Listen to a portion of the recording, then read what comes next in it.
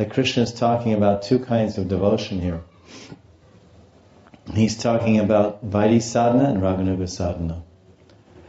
So this particular verse, 27, shows two paths of devotion. Shravanad, Darshanad, Dhyanam, Mayi Bhavo, Anukirtanat. Na tata sani karshena, pratiyata tato griham. Sri Krishna said to the gopis, transcendental love for me, Mahi Bhav, arises by Bhakti Yoga. The devotional processes of hearing about me, seeing my deity form, meditating on me, and faithfully chanting my glories. The same result of Bhav, Mahi Bhavo, is not achieved by mere physical proximity. So please go back to your homes and try again. They go back to your homes and try again practicing Vaidhi sadhana and Raganuga sadhana, and you may get to the platform where you get Sakshat Darshan.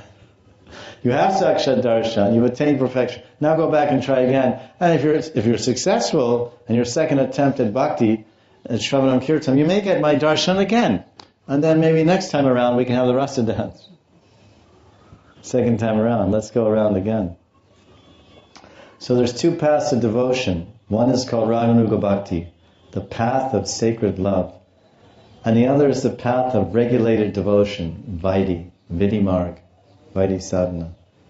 Krishna is preaching Vaidhi Bhakti to the Braja Gopis. He's saying, transcendental love for me, Krishna Prem, is not dependent on physical proximity.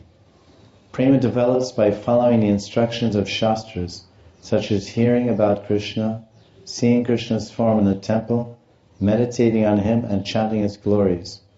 Krishna is telling the gopis it's better to follow the scriptural path of regulated ritualistic devotion, Vaidhi Bhakti. Because someone might say, how can you love someone you've never seen?